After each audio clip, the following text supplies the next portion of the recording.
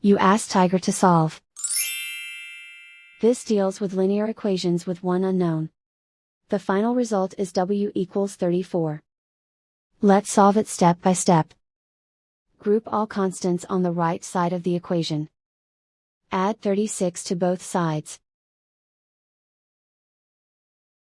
Simplify the arithmetic.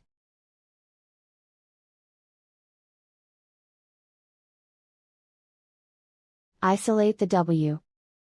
Divide both sides by 4. Simplify the fraction. Find the greatest common factor of the numerator and denominator. Factor out and cancel the greatest common factor. And so the final result is w equals 34.